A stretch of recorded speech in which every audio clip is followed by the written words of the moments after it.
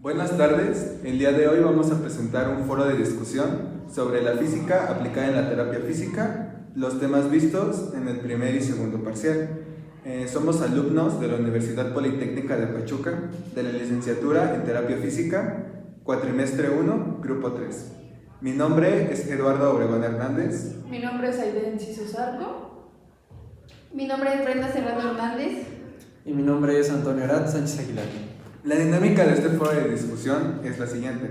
Se va a mencionar la pregunta y a partir de la pregunta, cada integrante de este foro va a elaborar acerca de su opinión o complementando información sobre el tema mencionado en la pregunta. La primera pregunta de este foro es: ¿cómo se implementa la física en la terapia física? Ok, pues recordemos que la física son todos los cambios que ocurren en la naturaleza. La física puede ser, unos ejemplos, la física de la fisiología, que es la que estudia el funcionamiento del cuerpo humano, o la física aplicada, que podría ser la implementación o la generación de instrumentos que nos ayuden a medir algún tipo de disfunción, por así decirlo, o ayudarnos a regresar al estado de funcionalidad. Un ejemplo podría ser la dosificación en la electroterapia, la cantidad de voltios que se van a implementar en el cuerpo para generar la relajación del músculo.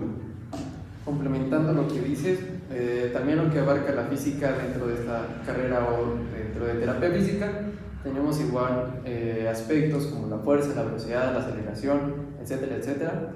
Por decir, en un movimiento que hagamos, el estirar un brazo o el contraerlo, ya aplica una fuerza contra una resistencia, lleva una velocidad, recordando que un movimiento, por decir en la marcha, tenemos que vamos a avanzar 1 metro sobre el segundo, es decir, vamos a avanzar la distancia de 1 metro y vamos a tardar 1 segundo.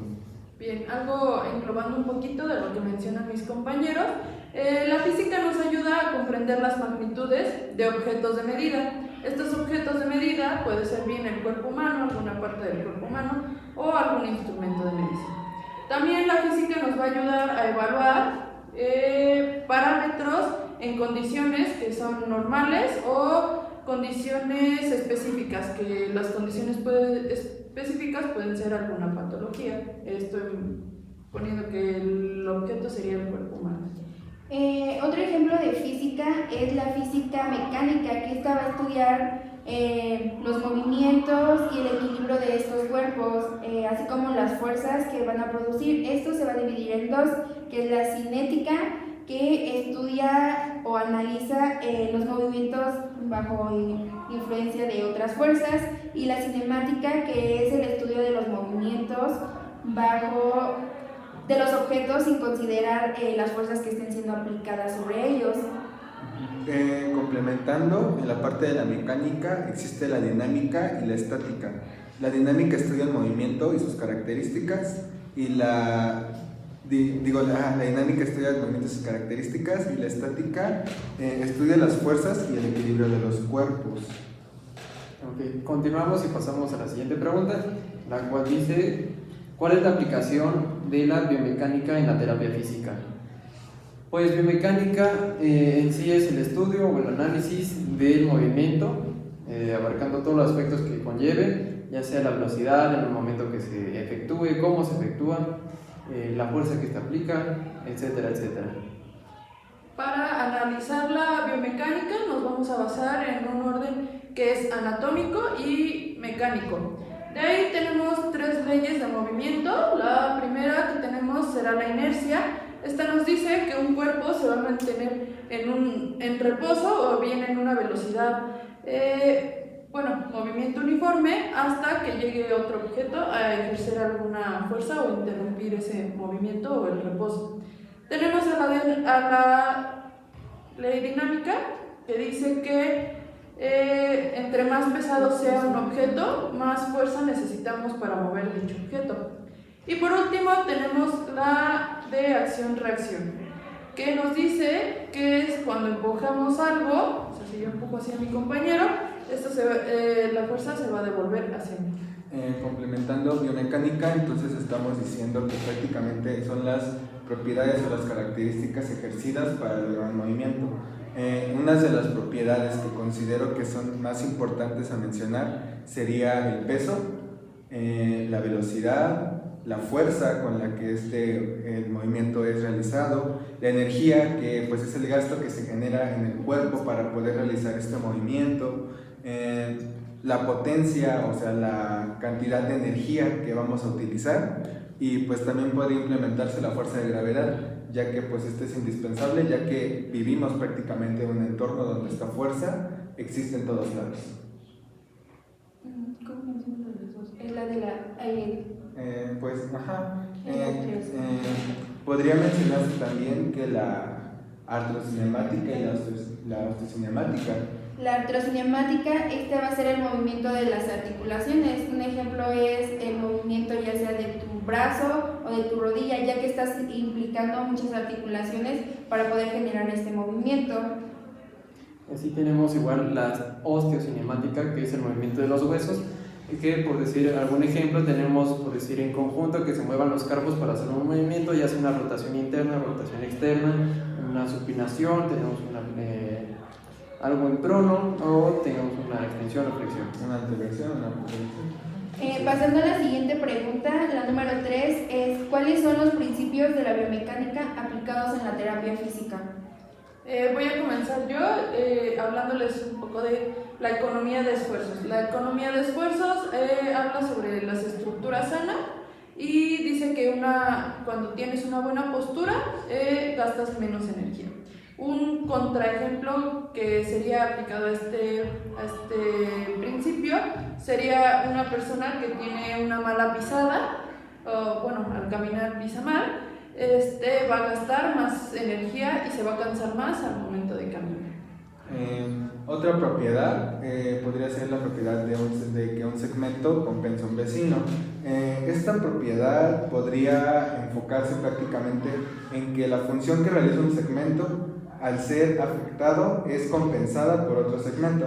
Un ejemplo no específicamente afectado, sino que no tengan la cantidad de peso repartido equitativamente. Un ejemplo podría ser cuando cargamos una mochila, que te pongas únicamente uno de los cordones de la mochila, pues obviamente tu cuerpo está cargando más peso de un lado y el otro segmento va a intentar compensar para lograr un equilibrio.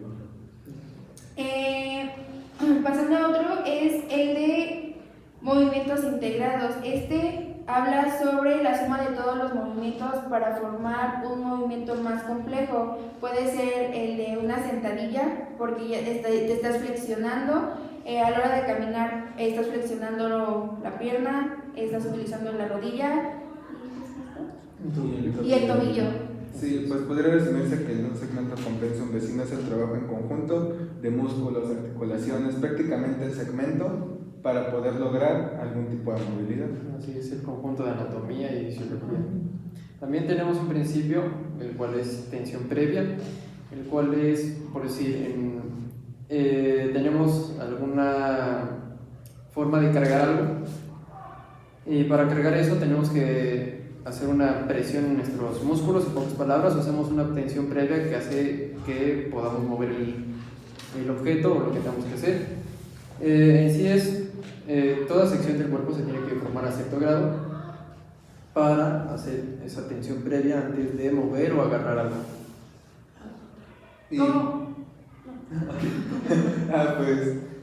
Siguiendo, creo que nos faltó mencionar, di el concepto, pero también es un principio de la biomecánica, el equilibrio. El equilibrio prácticamente es la repartición equitativa del peso alrededor del cuerpo.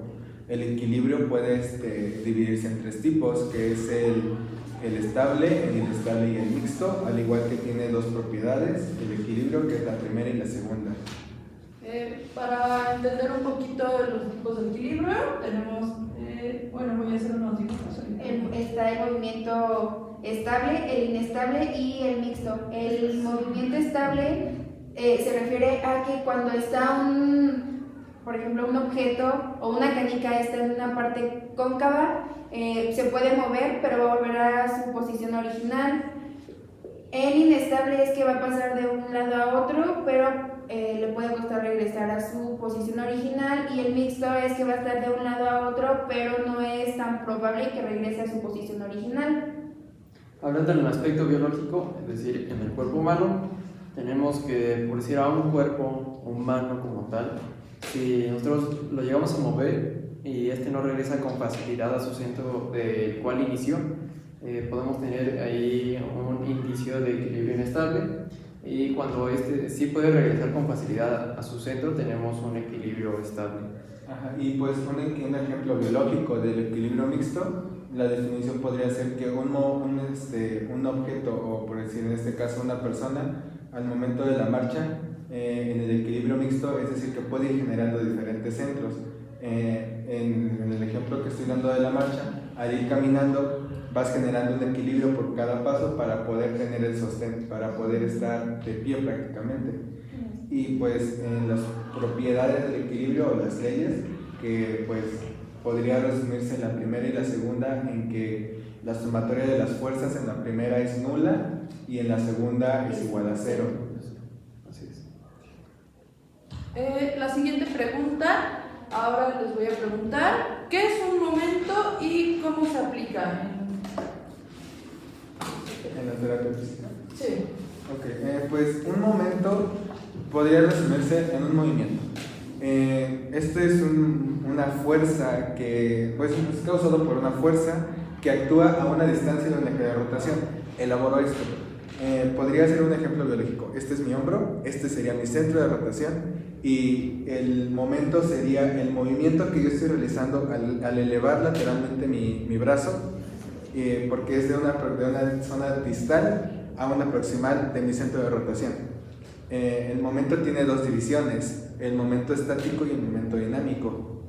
Así es, en el momento estático estamos hablando de un movimiento en el cual lo podemos ver como una fotografía, es decir, que no se mueve, por decir, una extensión de brazo, y que se queda ahí, y ahí podemos analizar pues lo que está haciendo ese momento, en pocas palabras.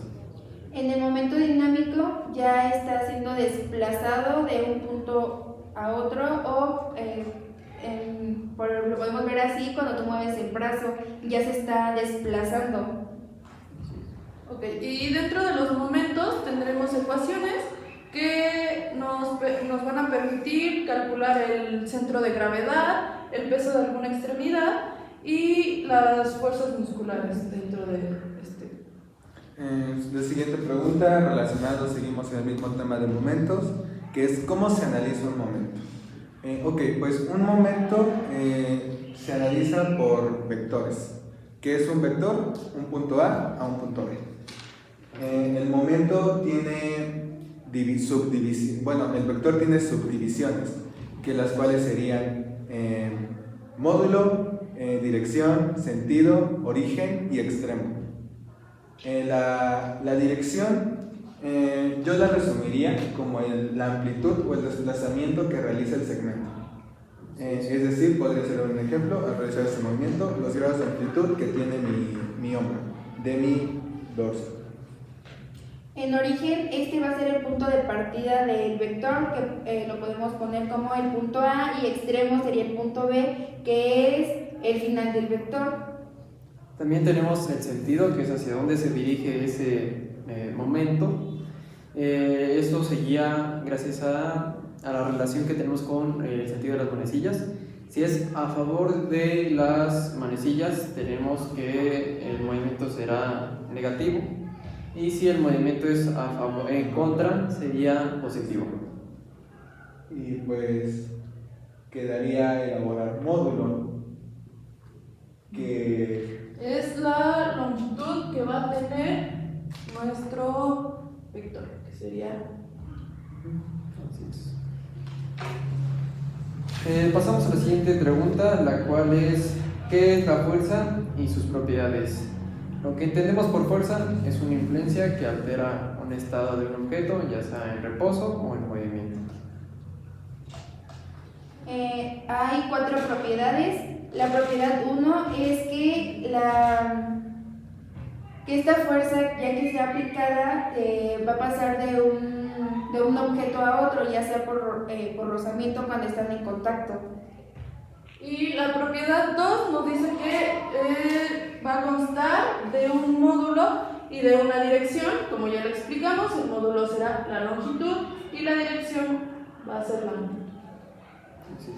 También tenemos en la propiedad 3 acción y reacción, que hace alusión a la tercera ley de Newton, que cualquier cosa que hagamos, como en la vida, tenemos una acción, lo que hagamos, en este caso si empujamos algo, estamos aplicando una fuerza y esa fuerza se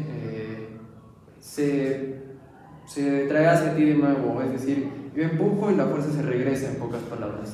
Y pues la última propiedad, que es la cuarta, que pues yo lo definiría como la suma de las fuerzas aplicadas a un mismo objeto, pero pues esto tiene condiciones, ¿no? Que las fuerzas que se aplican tienen que ir en una misma dirección. Esto podría ejemplificarse como la suma de vectores. ¿A qué me refiero? Realizar un movimiento. Como ya lo mencioné, la elevación de mi brazo podría ser la sumatoria de las fuerzas, ya que estamos ejerciendo momentos, estamos considerando el módulo, la amplitud, y así. Pasando a lo siento por interrumpirlos, pero pasando a la siguiente pregunta, ¿cuáles son los tipos de fuerzas aplicados biológicamente? Pues como mencionamos ahorita, la fuerza pues prácticamente es fundamental, existe en todo. Al realizar movimientos ejerce algún tipo de fuerza directa o indirectamente. Me viene a la mente la fuerza muscular, que pues es la capacidad de un músculo o de un grupo de músculos para desarrollar una fuerza contráctil o de resistencia. ¿A qué me refiero? La fuerza que tiene, por decir, un músculo para contraerse o para hacer una flexión cuando tengo algo que ejerce una resistencia. Eso podría ser la fuerza muscular, la capacidad del músculo de ejercer la fuerza para poder realizar el movimiento. Bueno, la otra fuerza, otro tipo de fuerza es la fuerza de rozamiento. Esto lo puedo explicar más así. Es la superficie de un objeto con la superficie de otro pasando de esta forma en líneas paralelas. Pues más bien el nombre lo explica, es por rozamiento de las superficies. Otro tipo de fuerza es la fuerza de gravedad. Es la capacidad de que la Tierra tiene para atraernos hacia su centro. Esto es por 9.81 kilogramos por centímetro cuadrado. Un ejemplo es cuando tú estás haciendo ejercicio y cargas una mancuerna de 1 kilogramo. No solamente estás cargando 1 kilogramo, sino también estás cargando los 9.81 kilogramos que son por la gravedad. Así es. Igual tenemos la tipo de fuerza de muelle o de resorte, la cual igual se relaciona con la ley de Hooke, la cual en pocas palabras nos explica que la cantidad de fuerza que le apliquemos a un material elástico da igual o es proporcional a la deformación. Es decir, en un caso de algún músculo, la cantidad de la fuerza que nosotros apliquemos sobre este se va a deformar conforme a lo que la fuerza tenga, es decir, los vientos que se apliquen va a ser igual a la deformación. Y tengo la fuerza de compresión. La fuerza de compresión básicamente nos habla de la capacidad que pueden tener para reducir el volumen de un cuerpo o pues Bueno, también recuerdo la fuerza de contacto, que pues prácticamente podríamos compararla con la primera propiedad de la fuerza. Es decir, que la fuerza pasa de un objeto a otro, por medio ya sea contacto físico, rozamiento y distintas formas que ya hemos explicado. Igual tenemos la tipo de fuerza de tracción o de tensión, que en teoría son lo mismo, puesto que son fuerzas que, por decir, en un material elástico, si nosotros jalamos en direcciones contrarias, se va a tener una tensión dentro de él.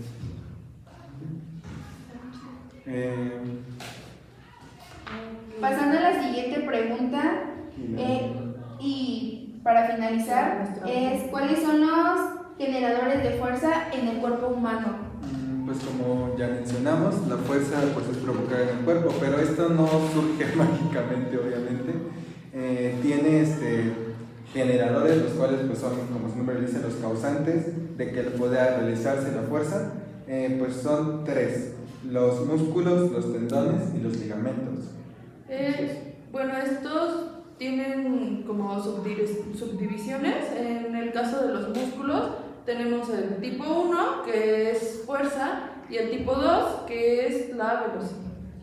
También tenemos a los tendones, que es la parte más fibrosa. Se van a subclasificar en endotendón, que es dentro, el paratendón, que es externo, y el epitendón, que es el medio de estos dos.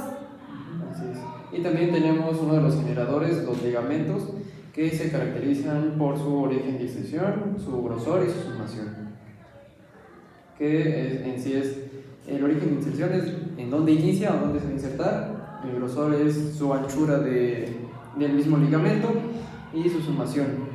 El grosor puede depender también de anatómicamente si eres hombre o si eres mujer, ya que si eres hombre normalmente son más gruesos a comparación de los de una mujer. Esto se puede definir prácticamente, pues un ejemplo en el gimnasio, que un hombre muscularmente o en volumen crece más rápido que una mujer, porque los ligamentos son mucho más gruesos, es decir, soportan mucho más peso. Y pues podríamos resumir esto, que la fuerza actúa a través de una inserción tendinosa, que las fuerzas de reacción articular lo hacen a través de un centro de rotación. El punto de aplicación de la fuerza se aplica en un punto fijo, usualmente que es el centro de rotación, y pues nada más, esa sería mi aportación para concluir esta pregunta.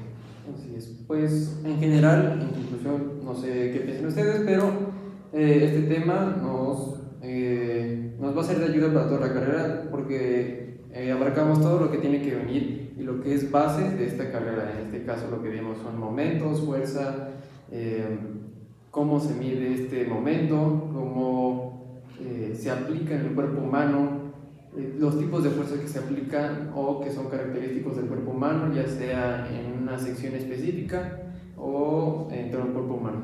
Sí, bueno, es algo parecido, creo, a lo que yo pienso. Bueno, estos temas nos van a ir introduciendo, pienso yo que un poquito a saber más posteriormente para biomecánica, para poder después, bueno, esto vamos un poquito más al trayecto de la carrera y pues al finalizar, saber analizar posturas. Lo que anatómicamente es Sí. lo correcto. Más que nada para poder darle un buen diagnóstico a nuestro paciente, ¿no? Porque cuando tienen afectación, yo creo que todo esto lo estamos aplicando y, bueno, más bien lo deberíamos de aplicar para pues un buen diagnóstico y al final de cuentas darle un buen tratamiento y que pues tenga la satisfacción de que todo lo que nosotros le estamos recomendando de alguna manera le va a servir y no le va a afectar. Sí, pues que estamos dosificando las cantidades de manera correcta, que estamos dando una valoración científica que está respaldada por datos comprobables, más que nada porque pues somos la fisioterapia, recordemos que es una ciencia, que es decir, tiene un proceso que tiene pasos que se tienen que seguir para que se llegue a un fin deseado, que pues recordemos que tenemos el fin de regresar la funcionalidad del paciente. Así es. Recordando que tenemos pues que un movimiento no debe de cansar o no nos debe de fatigar. Tampoco la postura. Y pues concluyendo en general este debate, yo podría decir que todas las características son indispensables para la implementación de la terapia física, ya que pues digamos la fuerza pues está en todos lados, los momentos están en cualquier movimiento que tú realices. Esto integra la biomecánica, la velocidad, la aceleración con la que lo realices, el equilibrio del cuerpo. Sí, de hecho, perdón, nos ayuda mucho a comprender el funcionamiento del cuerpo humano, de los órganos y pues aparte de eso, de los aparatos que esperemos algún día utilizaremos. Así es. Pues esta fue el foro de discusión sobre física aplicada en la terapia física, parcial 1 y parcial 2.